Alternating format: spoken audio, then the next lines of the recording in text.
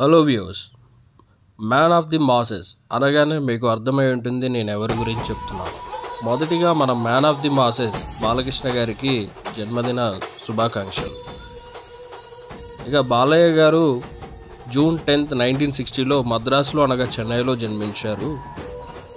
మన Telugu cinema industry అప్పుడు Madras and చెన్నైలో ఉండడం వల్ల ఆయన బాల్యం అంతా చెన్నైలో గడిపారు. మొదటి సినిమా 1974లో తాతమ్మ గారి కళలో చైల్డ్ ఆర్టిస్ట్గా మెప్పించారు. అదే సంవత్సరంలో రామ్ రహీంలో నటించారు.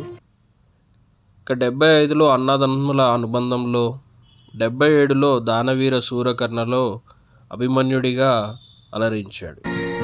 ఇక 79లో అక్బర్ సలీం అనార్కలిలో తన అరుదైన పాత్రతో అలరించారు బాలయ్య గారు.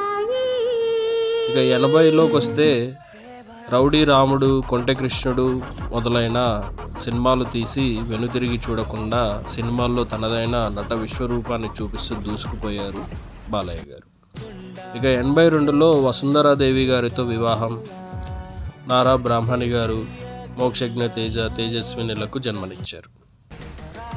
సినిమాల్లోనే కాదు, నేను రాజకీయాల్లో కూడా తీసుకోనంటూ 2014లో హిందూపురం కాన్స్టిట్యున్సీ నుండి ఎమ్మెల్యేగా ఎన్నికయ్యి రాజకీయాల్లోకి అడుగుపెట్టారు బాలయ్య. ఇక తన తల్లి గారి జ్ఞాపకార్థంగా స్థాపించిన బసవతారకం క్యాన్సర్ హాస్పిటల్కు తాను చేసిన సేవ చిరస్మరణీయమైనది. సినిమా ద్వారా వచ్చే ఆదాయంలో కొంత హాస్పిటల్కు ఇస్తూ హాస్పిటల్ కాస్ట్ తగ్గించే కార్యక్రమం చేపట్టారు. ట్రీట్మెంట్ కాస్ట్ తగ్గిస్తే రోగులకి ఎంతో మేలు చేకూరుతుందని దానికి మెషినరీస్ కావచ్చు, హాస్పిటల్ ఎక్విప్మెంట్స్ కావచ్చు, హాస్పిటల్ స్టాఫ్స్కి కావచ్చు, తన ఆదాయంలో కొంత సమకూర్చుతూ ఆదుకున్నారు. ఇలా తక్కువ ఖర్చులో ట్రీట్మెంట్ అందిస్తూ ఎందరో క్యాన్సర్ పేషెంట్లకు తానెంతో మేలు చేశారు బాలయ్య గారు. వారి కుటుంబ సభ్యుల దృష్టిలో ఇలవేల్పోయారు మన బాలయ్య గారు.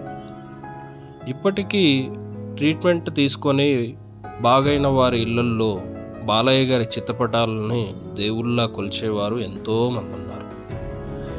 ఇలా సినిమాల ద్వారా సంపాదించుకున్న అభిమానుల తరపు నుండి ఎందరో రోగులకు ట్రీట్మెంట్ అందించి, వారికి పునర్జన్మను అందించి, వారి కుటుంబ సభ్యుల్లో, వారి కుటుంబాల్లో వెలుగులు నింపిన వారి తరపు నుండి రాజకీయంగా హిందూపురంలో గెలిచి తన మార్క్ని మళ్ళీ నిలబెట్టుకున్నందుకు హిందూపురం ప్రజల తరపు నుండి బాలయ్య గారికి ఇదే నా జన్మదిన శుభాకాంక్షలు. Thanks for watching.